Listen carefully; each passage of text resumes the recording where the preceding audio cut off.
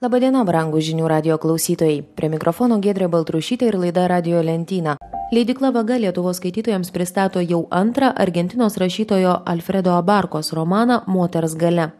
Džiaugiuosi galėdama pranešti, kad apie ją sutiko papasakoti pats jos autorius, advokatūros praktiką su rašytojo amatu derinantis Alfredas Abarka. Štai kaip savo kūrinį pristato su garsiu amerikiečių rašytoju Grishemu lyginamas rašytojas.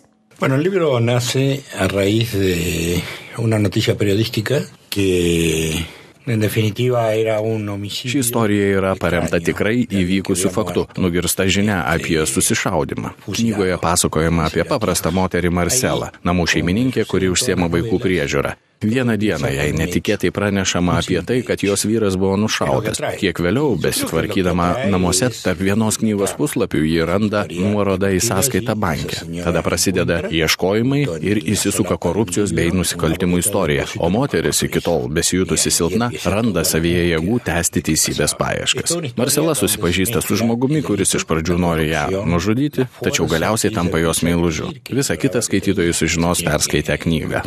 Con el abogado de la familia que trata de ayudarla y que en definitiva se convierte en su amante. Y bueno, dijo para que la lean ustedes.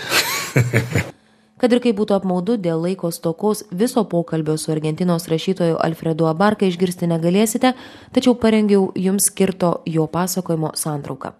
Nemažai mano kūrinių veikėjų prototipų yra realūs žmonės, tačiau knygos Moters galia pagrindinė veikėja Marcela yra visiškas mano fantazijos vaisius.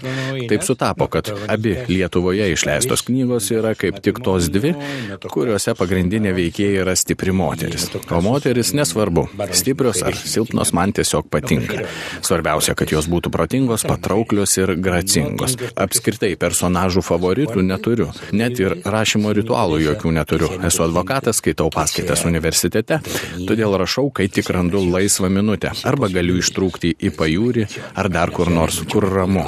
Rašau nežiūrėdamas, ar naktis, ar rytas, ar diena. Man taip pat vienodai įdomu tiek kurti intrigą, netikėtai pakreipti kūrinių personažų likimo vingius, tiek ir atskleisti, kaip patys knygos veikėjai keičiasi, reaguodami į gyvenimo staigmenas. Tarkim, knygoje Moters galia viskas prasideda nuo įvykių, faktų, o kitoje knygoje įslaptinta byla, priešingai, viskas prasideda nuo žmogaus. Rašydamas knygas nesistengiu skaitytojams perduoti kokios nors žinios. Tiesiog rašau, nes man tai teikia didžiulį malonumą ir pasitenkinimą. Tikiuosi, kad skaitydami tai, ką parašiau, malonumą patiria ir mano skaitytojai. Tačiau, žinoma, pabaigus kūrinį dažniausiai vienokia ar kitokia žinia jame būna, nes kiekvienoje knygoje sudėtos mano moralinės nuostatos, principai ir per gyvenimą sukaupta asmeninė patirtis. Tikiuosi, kad Lietuvos skaitytojams patiks mano knygos ir jie įsigyvens, įsitrauks į jų istorijas.